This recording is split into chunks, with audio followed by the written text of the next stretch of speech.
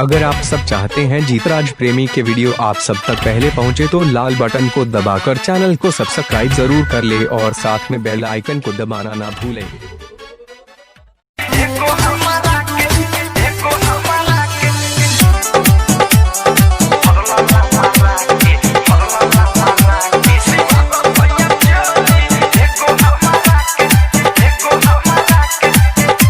आप सुन रहे हैं जीतराज प्रेमी की भोजपुरी गाना। सिवा दसैया चोली एगो हमारा के, सिवा दसैया चोली एगो हमारा के, चियरल बा काज सैया टूटल बा बटनिया, चला ला परहिया लोगवा निरख बदनिया, चुमा चाटी कैला राते फरला ला मारा के, चुमा चाटी कैला राते फरला ला मारा के, सिवा दसैया चोली एगो हमारा के, सिवा दसैया चोली एगो हमारा के, सिवा दसैया चोली एगो हमारा के, सिवा दसैया चोली एगो हमारा के।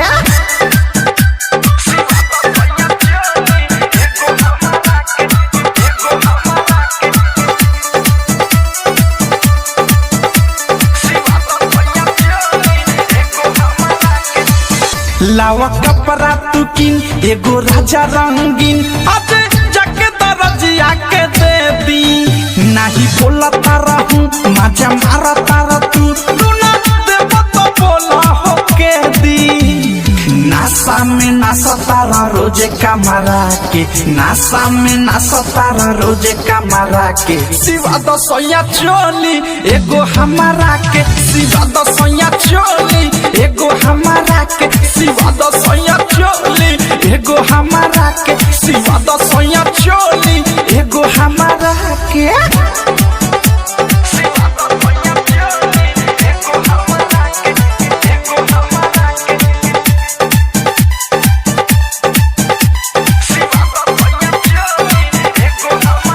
हस प्रेमी अवधेश अनुराग या मुकेश संगे थारुआ मिठू मिसाइल, नाही कर तारा खुश सुता बारा मखी चूस, चोली आज ले एको नसियाइन, बाहरा तुला बारा हो एक ना मारा के, बाहरा तुला बारा हो एक ना मारा के, सिवा दसैया चोली एगो हमारा के, सिवा दसैया चोली एगो हमारा के, सिवा दसैया चोली एगो हमारा के, सिवा दसैया चोली एगो हमारा के, चियरल बा काज सैया टूटल बा बटनिया, चला ला परहिया लोगवा निरख बदनिया, चुमा चाटी कैला राते फरला ला मारा के, चुमा चाटी कैला राते फरला ला मारा के, सिवा दसैया चोली एगो हमारा के, सिवा दसैया चोली एगो हमारा के, सिवा दसैया चोली एगो हमारा के, सिवा दसैया चोली एगो हमारा के। अगर आप सब चाहते हैं जीतराज प्रेमी का नए वीडियो देखना चाहते हैं तो हमारी चैनल पर जाइए और नए वीडियो के मजा लीजिए, और अच्छा लगे तो एक लाइक जरूर कीजिए और साथ में जितने भी दोस्त हैं सबको शेयर